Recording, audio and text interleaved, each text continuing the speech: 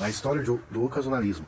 Embora o termo causa ocasional tenha sido surgido como originário do filósofo francês Louis de Lafforgue, os primeiros filósofos a expor explicitamente a posição foram os ocasionalistas islâmicos.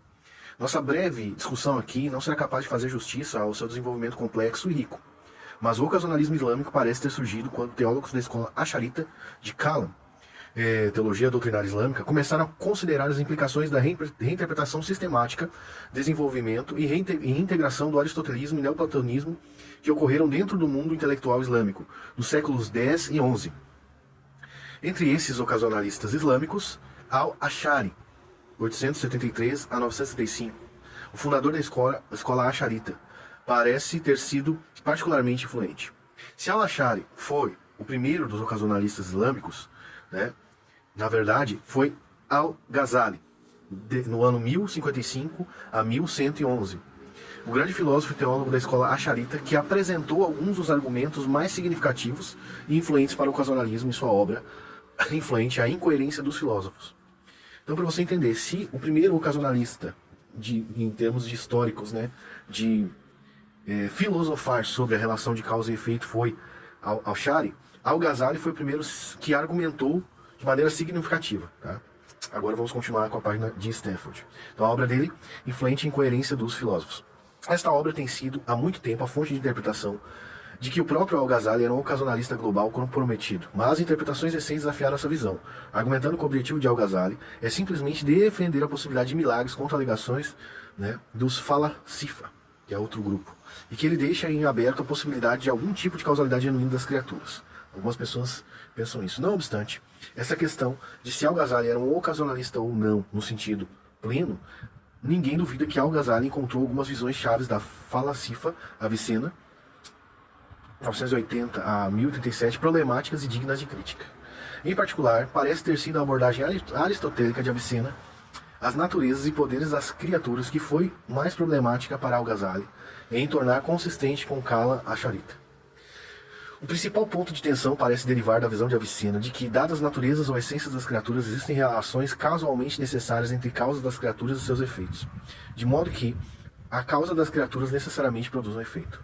Al-Ghazali considerou essa visão como estando em tensão com a alegação doutrinária de que a ortodoxia teológica requer a possibilidade de milagres, que consiste na interrupção divina do curso ordinário dos eventos da natureza. Assim, o que mais preocupava Al-Ghazali era a ideia de que as criaturas genuinamente necessitem de seus efeitos.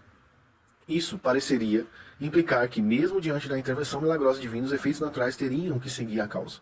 Mas tal implicação era inaceitável para aqueles que sustentavam a compreensão padrão da onipotência divina, que Al-Ghazali e outros filósofos da tradição teológica Asharita pensavam ser essencial para o Kala. Qualquer relação natural de necessidade resistente ao exercício do poder causal divino era considerada inadequada. Portanto, relações casualmente necessitantes, devidamente entendidas, isto é, de maneiras consistentes com a onipotência divina, são apenas instanciadas em casos de causalidade divina. Além deste argumento motivado teologicamente, a crítica de Al-Ghazali às relações causalmente necessárias entre causa e efeito das criaturas também incorpora suas visões distintas sobre a relação modal entre entidades ou fatos distintos, segundo as quais a conexão entre o que é habitualmente acreditado ser uma causa e o que é habitualmente acreditado ser um efeito não é necessário. Na Incoerência dos Filósofos, página 170.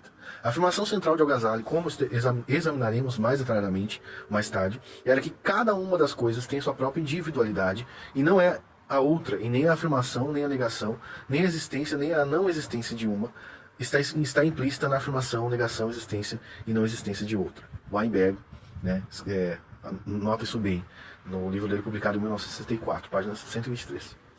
Encerramos essa sessão com a observação de que a principal discordância entre aqueles que consideram Al-Ghazali como ocasionalista e aqueles que não fazem parecer residir em si eles consideram que Al-Ghazali aceitou o princípio de que uma causa genuína deve casualmente necessitar de efeito.